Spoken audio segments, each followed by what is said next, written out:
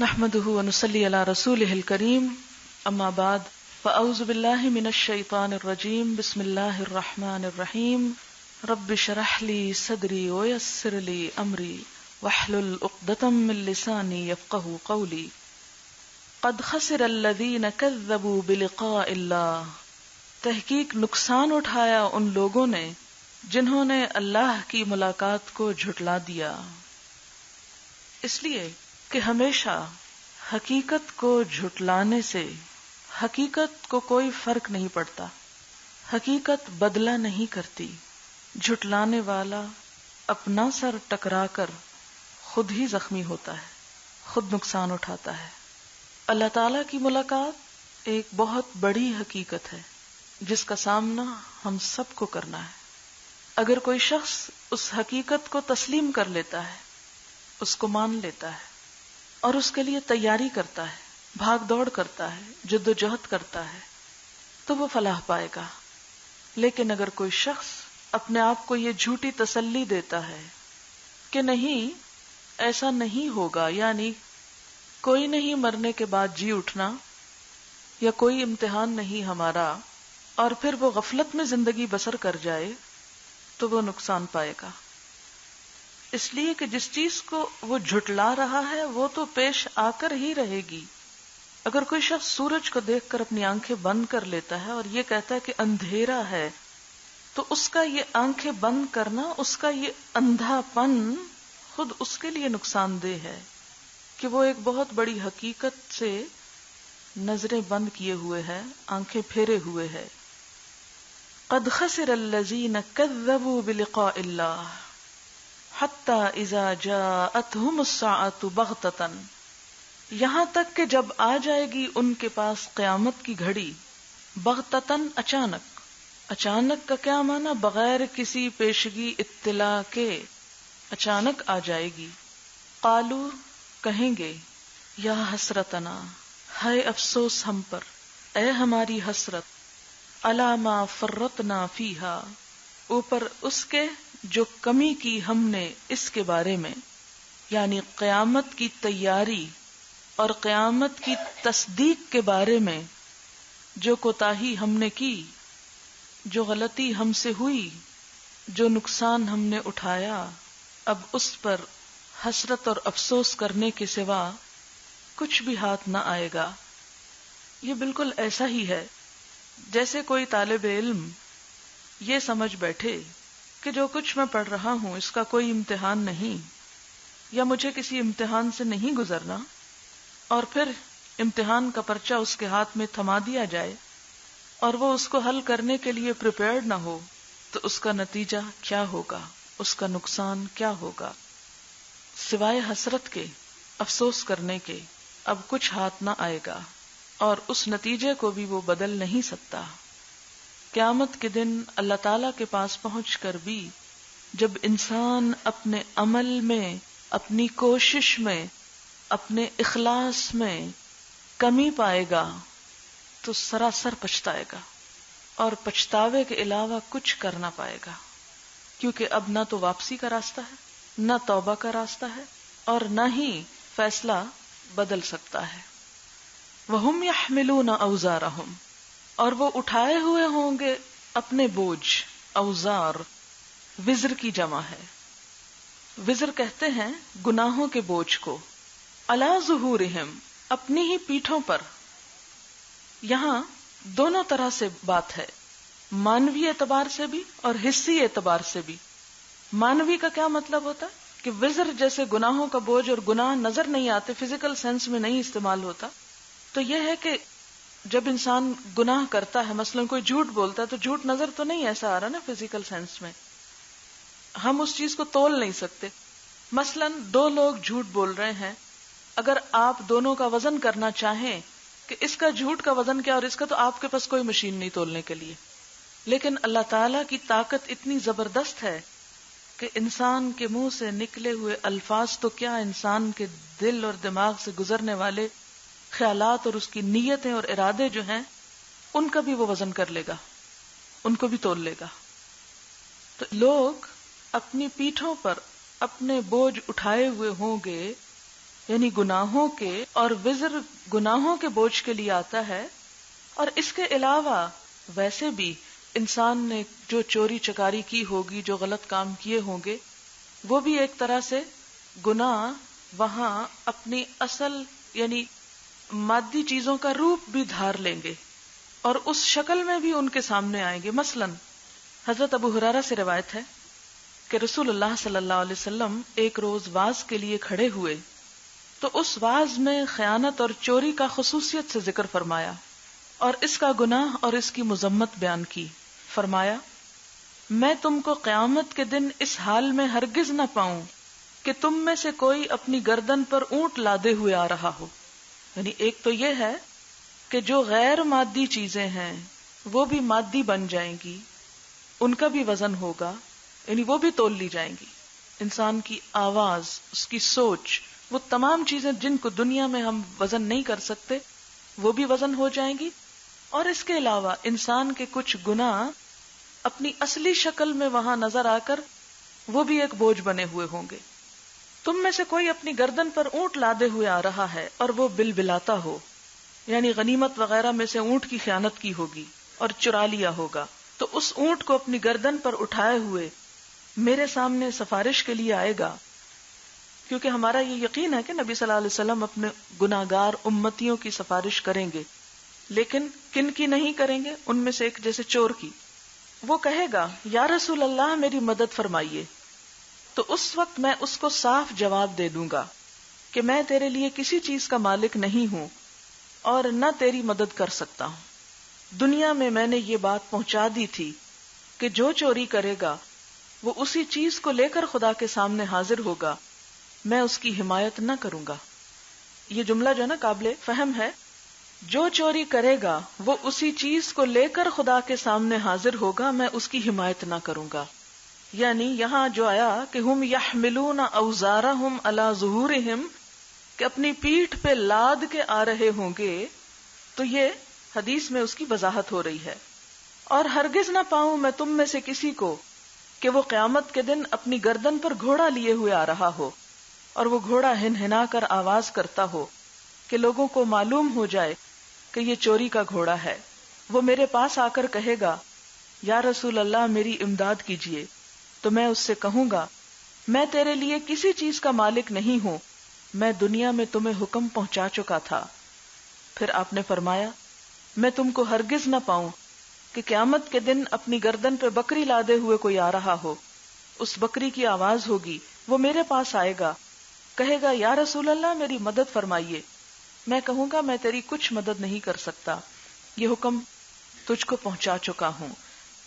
پھر فرمایا میں تم میں سے کسی کو ہرگز اس حال میں نہ پاؤں کہ وہ قیامت کے دن کسی انسان غلام وغیرہ کو لادے ہوئے چیختا ہوا آئے اور میرے پاس آ کر کہے کہ یا رسول اللہ میری مدد کیجیے. میں کہوں گا میں تیرے لیے کچھ نہیں کر سکتا.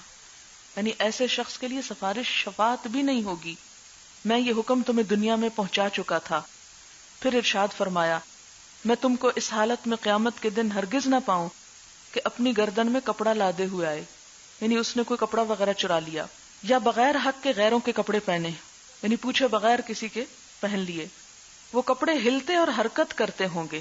وہ کہے گا یا رسول اللہ میری مدد کیجیے. میں کہوں گا میں تیرے لیے کچھ نہیں کر سکتا، میں یہ حکم دنیا میں پہنچا چکا تھا. پھر فرمایا میں تم کو قیامت کے دن اس حالت میں نہ پاؤں کہ اپنی گردن پر بے زبان چیزیں یعنی سونا چاندی وغیرہ لادے ہوئے آئے. وہ کہے گا یا رسول اللہ میری مدد کیجیے. میں کہوں گا میں تیرے لیے کچھ نہیں کر سکتا، دنیا میں یہ حکم میں پہنچا چکا تھا. آپ دیکھیں کہ کتنی تفصیل کے ساتھ آپ نے جانوروں کے نام لیے، پھر کپڑے کا، پھر سونے چاندی کا. یعنی اس سے کیا پتہ چلتا ہے کہ کوئی بھی چیز قیامت کے دن اسے دکھائی جائے گی کہ یہ کیا تھا تم نے، اور پھر وہ اس شرمندگی اور پریشانی کے عالم میں بھاگے گا اور حضور کی پناہ لینا چاہے گا کہ آپ میرے لیے سفارش کریں کہ مجھے چھڑا دیں. فرمایا کہ یہ میں نہیں کروں گا.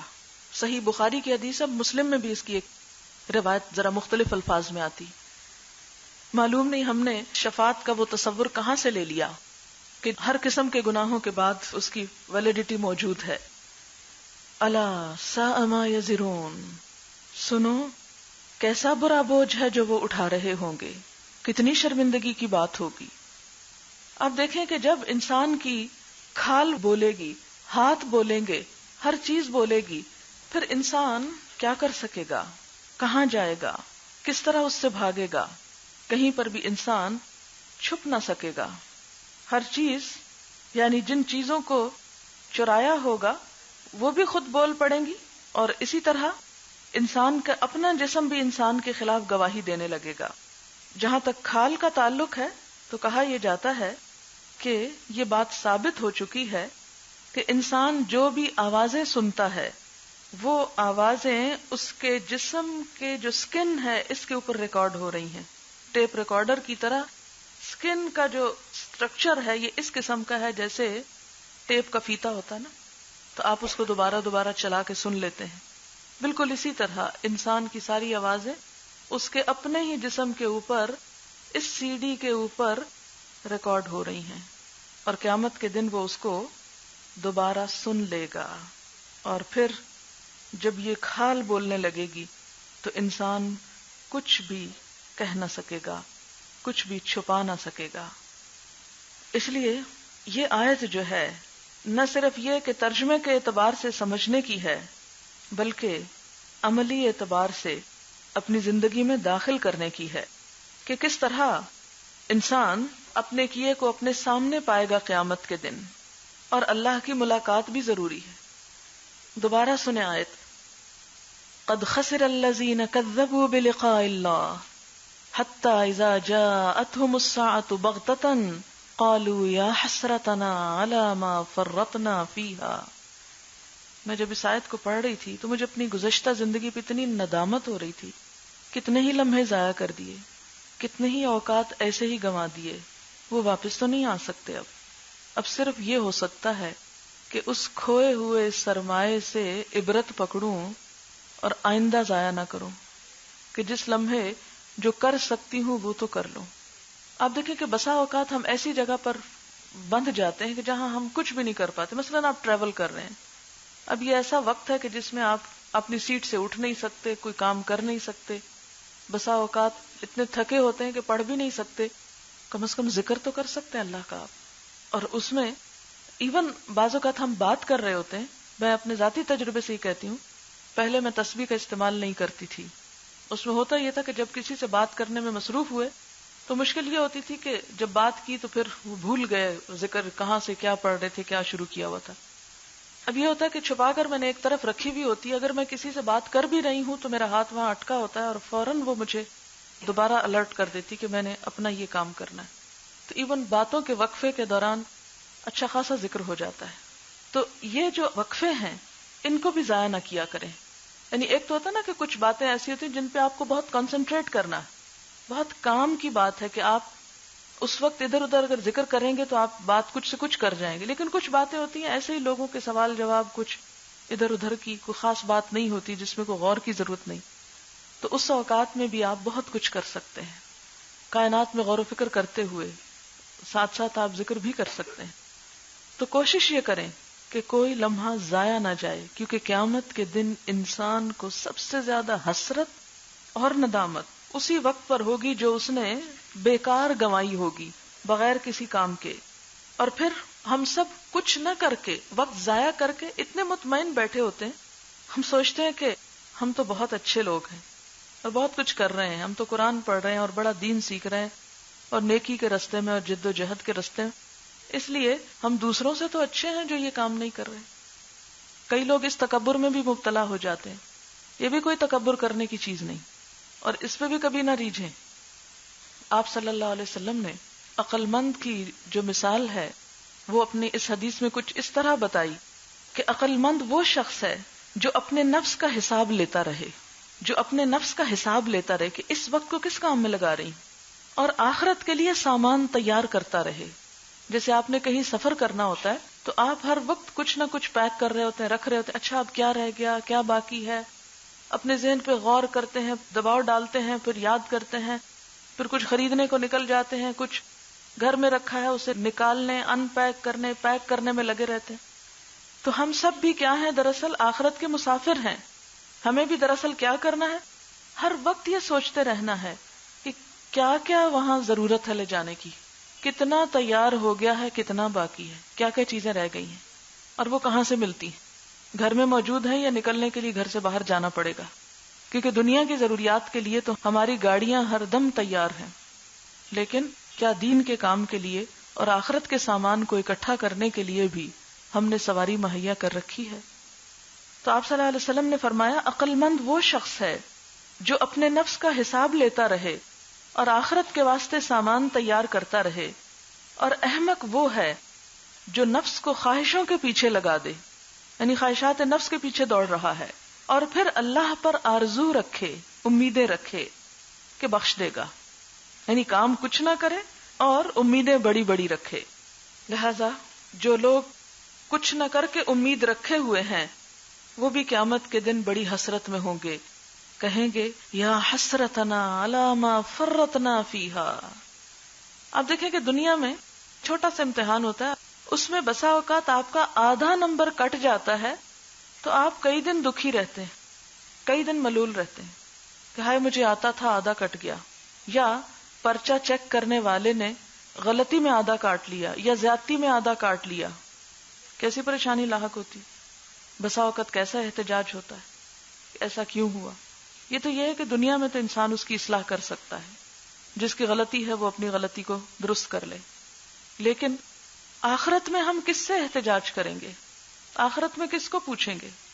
کیا اللہ تعالیٰ کی ایویلویشن پر ہم کچھ بھی بول سکتے ہیں، کچھ بھی کہہ سکتے ہیں؟ کچھ نہیں. بہت سی چیزیں ایسی ہیں جو ہم اب غلط کر رہے ہیں اور اپنے آپ کو تسلی بھی دیے ہوئے کہ نہیں خیر ہے، کوئی بات نہیں، سب کر رہے ہیں، کوئی میں انوکھی تھوڑی ہوں. لیکن وہاں یا حسرتنا علی ما فرطنا فیہا، کیونکہ مرنے کے بعد انسان کو اس کی زندگی کی ساری فلم دکھائی جائے گی، یکایک سب کچھ ریپیٹ کر دیا جائے گا، سب دوہرا دیا جائے گا، اور انسان اپنی ہی ویڈیو دیکھ رہا ہوگا وہاں. اچھا دنیا میں بسا اوقات آپ کی جو ویڈیو بنتی ہے یا آپ کوئی اور فلم دیکھ رہے ہوتے ہیں تو آپ جب دیکھتے ہیں تو ساتھ ہی ایک تنقیدی نظر بھی ہوتی کہ یہاں یہ نہیں ہونا چاہیے تھا، یا آپ مثلا ڈرامہ دیکھ رہے ہوتے ہیں تو آپ ساتھ تبصرہ کرتے جاتے ہیں اس کا یہ ڈریس ٹھیک نہیں، اس نے یہ صحیح نہیں بولا، اس کی، یعنی مسلسل تبصرے میں ہوتے ہیں. خصوصاً دوسروں کے کاموں پہ ہم بہت تبصرے کرتے ہیں. تو آپ دیکھیں کہ قیامت کے دن جب ہماری ہی فلم چلائی جائے گی تو ہم اس کو نہ تو وہاں سے کاٹ سکیں گے، نہ دھو سکیں گے، نہ پھاڑ سکیں گے. ہمیں اسے ایکسپٹ کرنا پڑے گا، اسے لینا پڑے گا. پھر کیا کریں گے؟ پھر انسان تمنا کرے گا اے کاش یہ نہ کرتا میں، یا اتنے گیپ چھوڑ دیے، یہ اتنا کام کا وقت تھا اور کچھ نہ کیا، ضائع کر دیا. وَهُمْ يَحْمِلُونَ أَوْزَارَهُمْ عَلَى ظُهُورِهِمْ، اور جو گناہ کیا ان پہ معافی بھی نہ مانگی، توبہ بھی نہ کی، استغفار بھی نہ کی، اور وہ سارے بوجھ اپنے اوپر اٹھائے رکھے. کیونکہ دنیا میں اگر انسان توبہ کر لیتا ہے تو وہ بوجھ کم ہو جاتے ہیں. اگر انہی بوجھوں کے ساتھ قیامت کے دن چلا جائے گا توبہ کیے بغیر تو وہاں تو توبہ بھی فائدہ نہ دے گی. الا ساء ما یزرون، دیکھو کتنا برا ہے جو اٹھائے ہوئے ہیں گندگی کے ڈھیر. وَمَا الْحَيَاةُ الدُّنْيَا إِلَّا لَعِبٌ وَلَهْوٌ، نہیں ہے دنیا کی زندگی مگر کھیل اور تماشا. لَعِبٌ وَلَهْوٌ، آپ دیکھیں کہ آپ نے کبھی کوئی کھیل دیکھا ہوگا، یعنی کھیل کے میدان میں آپ بیٹھ کر جب کھیل دیکھتے ہیں تو اس وقت آپ کی ایکسائٹمنٹ سے کیا حالت ہوتی؟ آپ سمجھتے ہیں زندگی موت کا مرحلہ ہے. ایسا ہی ہوتا ہے نا کہ جس ٹیم کی طرف آپ ہیں وہ جیت جائے. کبھی آپ کو کھیلنے یا کھیل دیکھنے کا موقع ملا ہوگا، اور آپ نے یہ بھی دیکھا ہوگا کہ کھلاڑی کیا کچھ نہیں اس وقت کر رہے ہوتے، خود کھلاڑی بھی اور دیکھنے والے بھی، آڈینس بھی. اب آپ دیکھیں کہ اس وقت جو حرکتیں لوگ کر رہے ہوتے ہیں جب وہ کھیل ختم ہو جاتا ہے تو گھر آ کے اگر وہی حرکتیں کرنے لگیں، کبھی تالیاں پیٹیں اور کبھی نعرے لگائیں، اور وہ سب حرکتیں جو وہاں ان کی گھبراہٹ کے مارے ہو رہی ہوتی ہیں اور ان کے پاؤں سے زمین نکل رہی ہوتی ہے، اور کبھی خوف طاری ہوتا ہے، کبھی غصہ طاری ہوتا ہے، کبھی معلوم نہیں کیا کچھ، جیسے جیسے کھیل کا رنگ بدلتا ہے ویسا ویسا ان کا حال بدلتا ہے. جب آپ گھر آ جاتے ہیں اور کچھ دن گزر جاتے ہیں اور اس پرانے سین کو یاد کرتے ہیں تو آپ کہتے ہیں ہائے کیسی حماقت کی میں نے، اتنا ایکسائٹمنٹ کی کیا ضرورت تھی، اتنے غصے کی کیا ضرورت تھی، اتنی بڑی شرط لگانے کی کیا. کوئی بعض اوقات لوگ شرطیں لگا لیتے ہیں یہ ٹیم جیتے گی اور شرط بد لینا جسے کہتے ہیں. تو آپ دیکھیں کہ بعد میں وہ چیزیں کتنی بے معنی لگتی، کتنی حقیر لگتی ہیں. بالکل اسی طرح دنیا میں ہم جن چیزوں پر ایکسائٹیڈ ہیں، بڑے خوش ہیں، کچھ چیزیں ہمیں بڑی غضبناک کر رہی ہیں، کچھ چیزیں ہمیں بڑی اداس کر رہی ہیں، کچھ چیزیں ہمیں بڑا پریشان کر رہی ہیں، کچھ چیزوں پہ ہم بڑے خوش ہو رہے ہیں، یہ سب کچھ کیا ہے؟ یہ صرف ایک کھیل ہے، اس سے زیادہ کچھ نہیں. جب قیامت کے دن ہم پہنچیں گے تو ان سب چیزوں کو دیکھ کے اپنے آپ ہی کو بے وقوف سمجھیں گے کہ یہ کیا کیا، اس کی تو ضرورت ہی نہیں تھی. وَلَلدَّارُ الْآخِرَةُ، اور البتہ آخرت کا گھر، خَيْرٌ لِلَّذِينَ يَتَّقُونَ، بہتر ہے ان لوگوں کے لیے جو تقویٰ کرتے ہوں، جو اللہ سے ڈرتے ہوں. اور آخرت کے مقابلے میں ویسے بھی دنیا کی حیثیت کیا ہے بارہا بتا چکی ہوں. سمندر کے مقابلے میں ایک قطرہ. اور ایک اور حدیث میں آتا ہے جس نے دنیا کو چاہا اپنی آخرت کا نقصان کیا، اور جس نے آخرت کو چاہا اس نے دنیا کا نقصان کیا. پس فنا ہونے والی پر باقی رہنے والی کو ترجیح دو. افلا تعقلون، عقل نہیں رکھتے ہو؟ دنیا میں آپ دیکھیں کہ جب کوئی سامان خریدنے کو جاتے ہیں آپ کیا کرتے ہیں؟ ان میں اٹھا اٹھا کے دیکھتے ہیں، اچھا زیادہ دن کس کی سیاہی چلے گی. ایک پین خریدتے ہوئے بازو کا تو ٹرانسپیرنٹ سیاہی نظر آ رہی ہوتی ہے نا، اچھا اس میں اتنی ہے، اس میں اتنی ہے، کون سی لیں گے؟ اس میں زیادہ ہے. چھوٹی چھوٹی چیز کا فرق کر رہے ہوتے ہیں دنیا کے معاملے میں. آخرت کے معاملے میں بڑی بڑی چیزیں ایسے ہی پھینکتے چلے، بڑے بڑے چانسز گواتے جاتے ہیں، بڑے بڑے نیکی کے موقع ہاتھوں سے چلے جاتے ہیں. افلا تعقلون، عقل نہیں رکھتے ہو؟ کوئی عقل نہیں. عقل ہے، اگر ہے تو اس سے کام لو، وہ بتائے گی تمہیں اگر اسے استعمال کرو گے کہ زیادہ فائدے کی جگہ کون سی ہے اور کس کے لیے کتنی کوشش کرنی چاہیے. قد نعلم انه ليحزنك الذي يقولون، تحقیق ہم جانتے ہیں کہ بے شک غمگین کرتی ہے تجھ کو وہ بات جو وہ کہہ رہے ہیں. ہم جانتے ہیں کہ لوگ جو باتیں آپ پہ بنا رہے ہیں، کس کی طرف اشارہ ہے؟ نبی صلی اللہ علیہ وسلم کی طرف. آپ کو تسلی دی جا رہی ہے کہ ہمیں پتا ہے جو لوگ آپ کو ستاتے ہیں، آپ کو غمگین کرتے ہیں، اور جو باتیں وہ بناتے ہیں وہ ہم کو پتا ہے. قد نعلم انه ليحزنك الذي، الذي کیا ہے؟ وہ بات، یقولون جو وہ کہتے ہیں، وہ کہی ہوئی بات آپ کو تکلیف دیتی ہے. آپ تسلی رکھیں، آپ تکلیف میں نہ مبتلا ہوں. کیوں؟ فإنهم لا يكذبونك، کیونکہ وہ آپ کو تو جھٹلا ہی نہیں رہے. ولكن الظالمین بآیات اللہ یجحدون، لیکن یہ ظالم اللہ کی آیات کا انکار کر رہے ہیں. یعنی جو شخص دین کی بات ماننے کا انکار کرتا ہے وہ دراصل اللہ کی بات کا انکار کر رہا ہے. مثلا آپ کسی کو کوئی اچھی بات بتاتے ہیں، بتاتے ہوئے ڈرتے ہیں. جب ڈر رہے ہوں سوچا کریں کس کی بات کہہ رہے ہیں آپ، کس کی بات بتا رہے ہیں؟ اللہ کی. کیا کرے گا کوئی؟ جھٹلا دے گا، مجھے مانے گا نہیں. یہی ہوتا نا، نہیں مانے گا تو کوئی بات نہیں، اس نے آپ کا کیا بگاڑا؟ وہ بات آپ کی تھوڑی تھی، آپ کو تو اللہ نے بتائی تھی کہ آگے پہنچا دو. آپ تو اللہ کی طرف سے اس بات کے پہنچانے کے ذمہ دار تھے، آپ نے اپنی ذمہ داری پوری کی. اگر کوئی شخص اس کا انکار کرتا ہے تو وہ دراصل خود اپنا نقصان کر رہا ہے، آپ کا کچھ بھی نہیں بگاڑ سکتا. ابو جہل کے بارے میں آتا ہے کہ ایک دفعہ اس نے آپ صلی اللہ علیہ وسلم سے مصافحہ کیا، ہاتھ ملایا. کسی نے کہا کیا محمد صلی اللہ علیہ وسلم سے مصافحہ کرتے ہو؟ تو اس نے جواب میں کہا خدا کی قسم میں جانتا ہوں کہ وہ خدا کا سچا رسول ہے، سچا ہے. ایک اور مرتبہ آپ صلی اللہ علیہ وسلم سے کہنے لگا ہم تم کو نہیں جھٹلاتے، لیکن جو حکم تم لے کر آئے ہو اس کو نہیں مانتے. اسی کی طرف اشارہ کرتے ہوئے کیا کہا کہ یہ آپ کو نہیں جھٹلا رہے، یہ تو اللہ کی باتوں کا، اللہ کی آیات کا انکار کر رہے ہیں. جنگ بدر کے موقع پر اخنس بن شریک نے تخلیے میں اکیلے میں پوچھا ابو جہل سے کہ یہاں میرے اور تمہارے سوا کوئی تیسرا موجود نہیں، سچ بتاؤ کہ محمد صلی اللہ علیہ وسلم کو تم جھوٹا سمجھتے ہو یا سچا؟ اس نے جواب دیا کہ خدا کی قسم محمد صلی اللہ علیہ وسلم ایک سچے انسان ہیں. عمر بھر کبھی جھوٹ نہیں بولا مگر جب لوا یعنی جھنڈا اور سقایت حاجیوں کو پانی پلانا اور حجابت خانہ کعبہ کی کنجی برداری اور نبوت سب کچھ بنی قصی کے ہاتھ میں آ جائے تو بتاؤ باقی سارے قریش کے پاس کیا رہ گیا؟ صرف ضد. کہ سارے عہدے انہی کے پاس، ایک نبوت تو وہ بھی انہی کو مل جائے، تو ہم نہیں مانتے کیونکہ ان کے پاس آئی. جیسے یہود کہتے تھے کہ بنی اسرائیل میں نبوت آتی تو ہم مان جاتے، لیکن چونکہ بنی اسماعیل میں آ گئی اس لیے ہم نہیں مان رہے. تو فرمایا کہ آپ کو جھٹلانے والے دراصل اپنے آپ ہی کا نقصان کر رہے ہیں. وہ آپ کو نہیں جھٹلا رہے، وہ اللہ کی آیات کو نہیں مان رہے. اچھا ذرا ابو جہل کے کردار کو سامنے رکھ کے دیکھیں اپنے آپ کو. ابو جہل کیا کہتا ہے؟